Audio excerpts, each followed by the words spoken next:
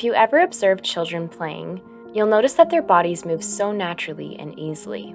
We think that we lose this ability simply because we start getting older. But in modern society, we impose this inability on ourselves starting very early on. We forced our children to sit in chairs as early as preschool age, removing any need to squat or sit on the floor. We keep them indoors for most of the day, removing the liberty to run and move in open spaces. But moving like a child, squatting on the floor, crawling, running, swinging, etc., is exactly what human bodies are capable of. And there's no need to stop these movements just because we become adults. In fact, I would argue that there is a great need to continue them and rekindle this childlike movement in our lives. Or is it simply a human-like movement that we need to rekindle? You see, gradually over time, human ingenuity has eliminated the need for various types of movement that would have been required for daily living in prehistoric times. These movements would have come naturally to us, and no one would have been thinking about it in relation to getting a beach bod or needing to meet a minimum amount of exercise.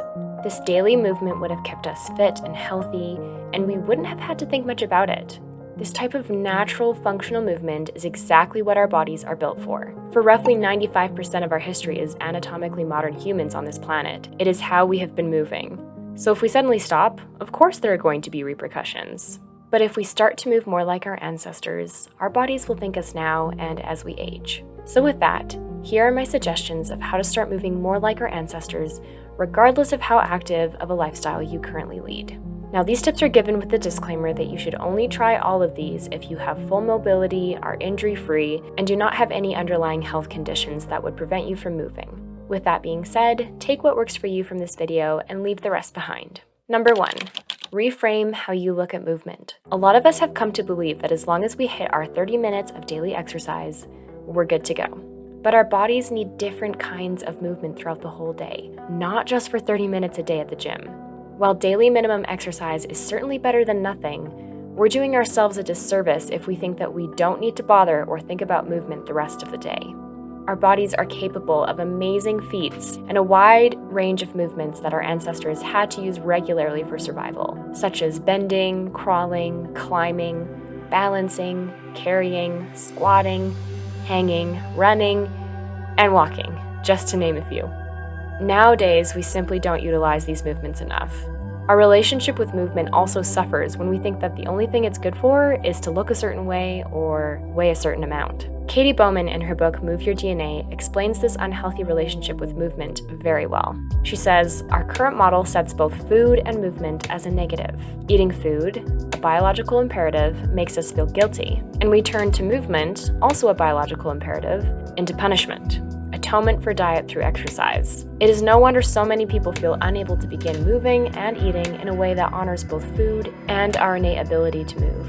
In other words, people's perception of why we need to purposefully move our bodies becomes distorted by thoughts centered on achieving cultural beauty standards, instead of viewing movement as simply a means to achieve a certain number on the scale, or something you begrudgingly do the minimum amount of to be healthy. Think of movement as celebrating the unique capabilities of the human body in daily acts of living. Even in simple acts such as getting up out of bed in the morning, walking your dog, using your hands to knead dough, or do something that requires attention to detail. Try joyfully moving throughout the day as you go from one activity to another, and express gratitude for your ability to move in a variety of ways. Number 2. Start integrating ancestral movement into your own daily living as much as possible. And by this, I mean a wide variety of movements. This will likely take some conscious effort because most of us will not need to naturally perform a variety of movements to meet our basic daily needs. What I personally do is still keep a daily 30-minute minimum exercise routine, because the rest of the day's activities for me are typically more sedentary and require less movement.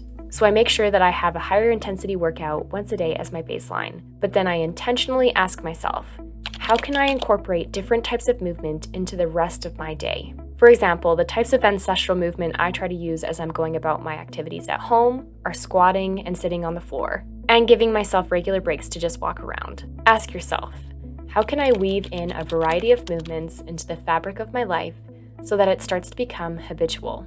For example, maybe whenever you're sorting laundry, you decide to squat. Maybe whenever you are eating a meal by yourself, you decide to sit on the floor. If you come up with movement in relation to the tasks that you have to accomplish throughout the day, it will start to become habitual to move your body in a variety of ways. The rest of my tips will hopefully help you to come up with other ideas of how you can incorporate ancestral movement into your own daily living.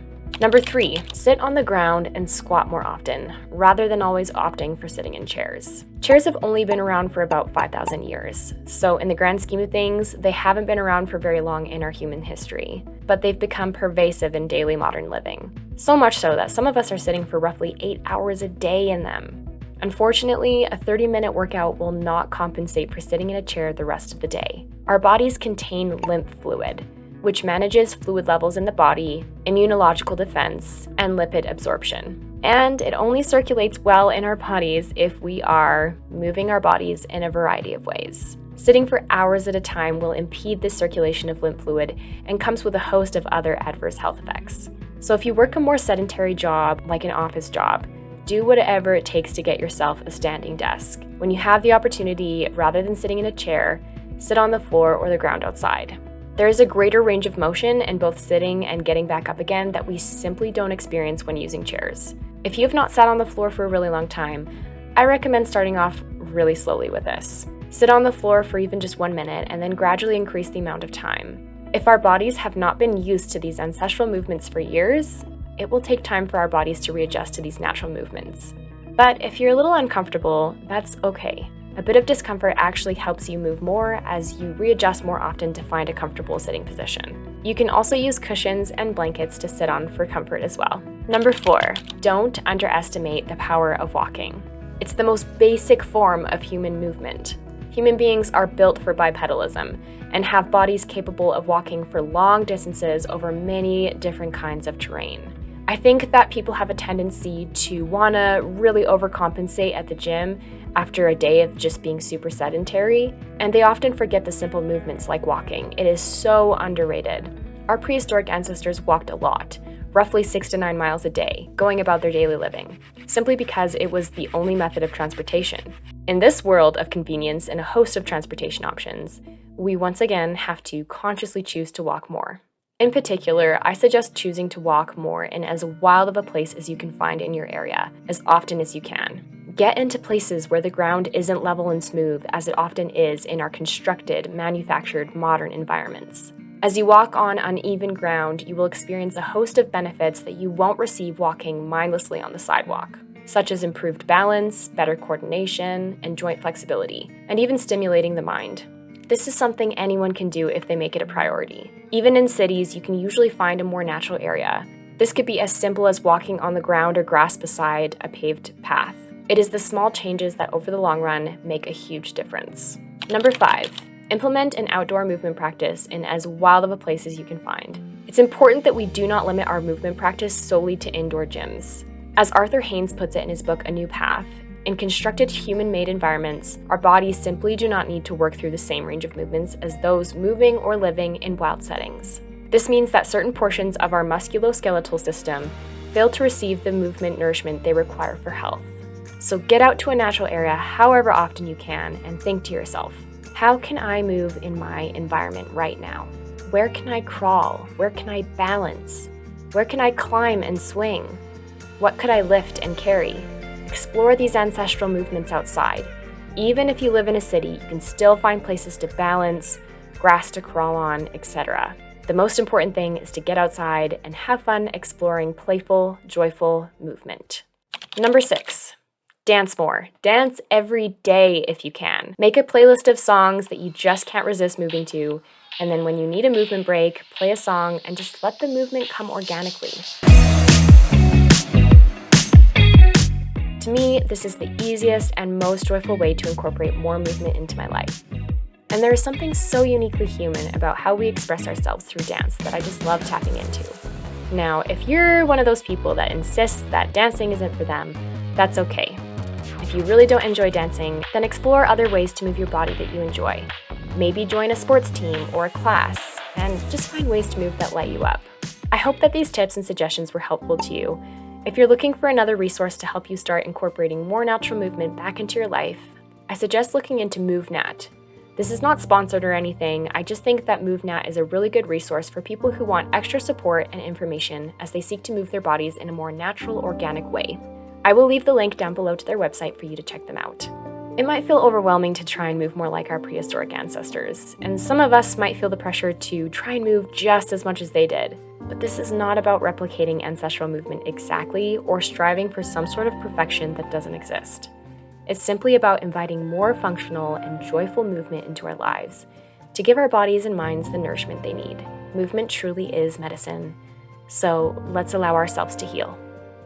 Thank you so much for watching. If you enjoyed this video, please consider subscribing to my channel. I post videos weekly on the topic of how rewilding our lives can help us to have a deeper, more meaningful, healthful, joyful human experience. I'd love to hear from you in the comments what your favorite way to move is, or how you plan on incorporating more ancestral movement into your life. Thank you again, and I will see you in the next video. Bye.